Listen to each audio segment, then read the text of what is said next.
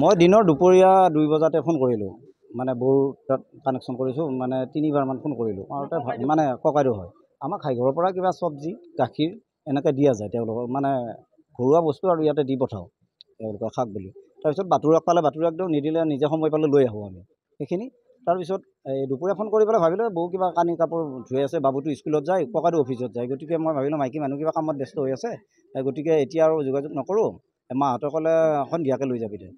নামঘৰত কিবা এখন আমাৰ ৰাজহুৱা নামঘৰত কিবা অনুষ্ঠান এটা আছিলে, এই অনুষ্ঠানৰ পৰা কিবা অলপ প্ৰসাদ আনিছে আৰু অলপ গাখীৰ লৈ মই তেনেকৈ আহিছোঁ।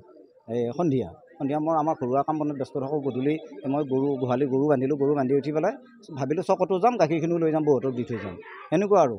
তাৰপিছত গাখীৰখিনি আৰু প্ৰসাদখিনি লৈ আহি মই ইয়াতে 3-4বাৰ বাইকৰ পৰা হৰণ দিলোঁ, 4বাৰমান মাতিলোঁ। মাতাৰ পিছত মানে কোনো তেওঁলোকৰ সাহস নাপায়, মই গেটৰ ওপৰলৈ পাৰ হৈ আহিছোঁ। গেটটোৰ ওপৰৰ পাৰ হৈ আহি এই প্ৰথম দেখিছোঁ যে ককাইদেউ ইয়াতে মানে মৃত অৱস্থাত পৰি আছে বাহিৰত, আৰু গেটটোত ভিতৰৰ পৰা তলা লগাই আছে। আৰু নেক্সট দ্বিতীয়বাৰ মই ভিতৰত গৈছোঁ, ভিতৰত যাই দেখিছোঁ বৌ সেনেকৈ মৃত অৱস্থাত পৰি আছে আৰু বাবু সেনেকৈ মৃত অৱস্থাত পৰি আছে।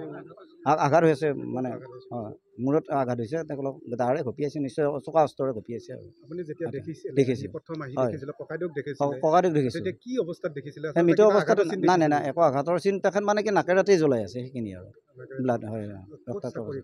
তেওঁ বকো 6 ঘৰত চাকৰি চাৰ্কলত চাকৰি কৰে, ৰেগুলাৰ অহা যোৱা কৰে। আপোনালোকৰ কিবা সন্দেহ হৈছে এতিয়া?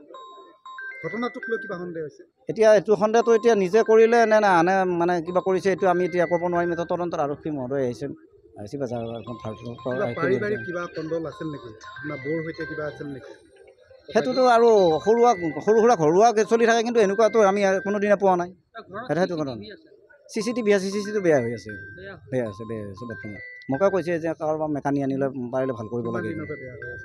এইটো প্ৰায় আজি 2 মাহমানৰ পৰা বেয়া হৈ হৈছিলে, আৰু এতিয়া মই সোধাও নাই, যদি কিবা কাৰণত এইখিনি ভাল কৰিছে মই গমো পোৱা নাই।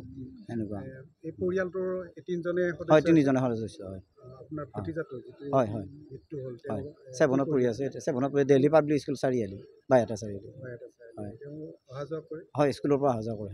আজি স্কুলত যোৱা নাই, নিশ্চয় দিনতে নিশ্চয় হয়তো ঘটনাটো হ'ল নেকি, সিমান দূৰ আমি নাজানিম। আৰু আমি 3জন, ককাইদেউ ডাঙৰ আছিলে, যিজন মৃত্যু হ'ল এতিয়া তেখেত ডাঙৰ, আৰু মাজু ককাইদেউ আছে, আৰু মই আছোঁ। আমি যৌথভাৱে পুৰণি ঘৰখনত থাকোঁ, আৰু তেখেত ইয়াতে নতুন ঘৰ কৰিছে। যদিও তেখেত বেলেগ, কিন্তু আমি মানে এটা যৌথ পৰিয়ালৰে আছোঁ। তেওঁ কোনো সামাজিক নীতি নিয়মৰ মাজেৰে লিখা পঢ়া বা বেলেগ হৈ মই ইয়াতে থাকিম তো তাত সেনেকুৱা নহয়।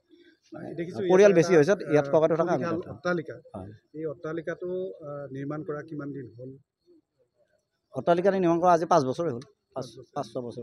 চাকৰি কিমান বছৰ আছে? 5 বছৰ আছে।